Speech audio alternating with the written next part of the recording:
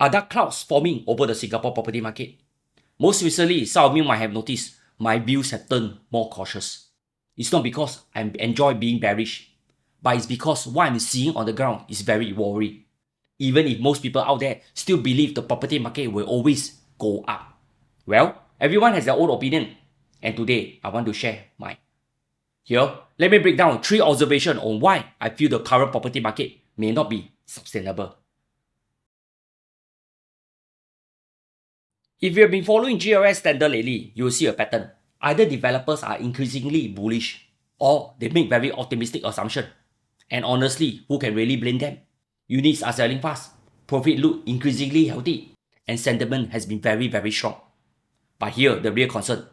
Record land prices today mean record selling price going forward. Let me give you a few examples. Chenchura Close mixed-use site could launch close to 2,003 to 2,500 per square feet in 2027, based on the 25% profit margin. Yes, in the issue itself, 2003 to 2005. Can it be the next North Park residence?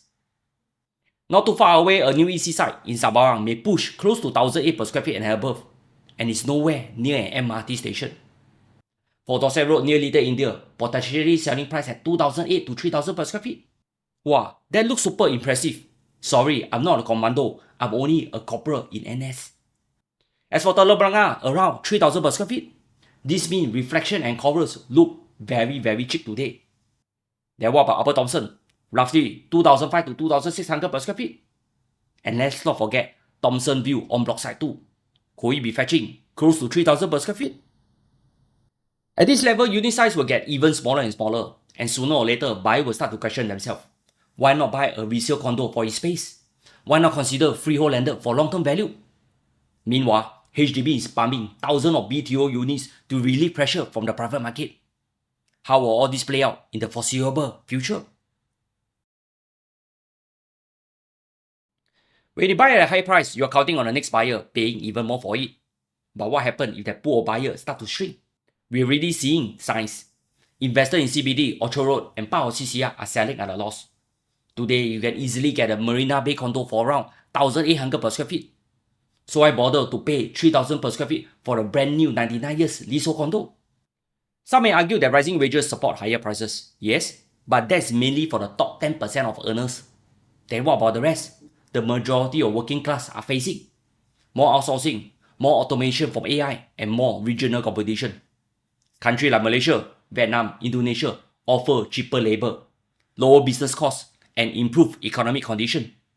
Even the Malaysian ringgit has improved in recent months. These are telltale signs. So, the million-dollar question is, are our high property prices slowly eroding Singapore's competitive edge? Are we losing the plot? And how will it impact property price going forward? Here, we haven't even accounted for the RTS that is going to commence end 2027. I'm very sure ringgit could touch 1:3.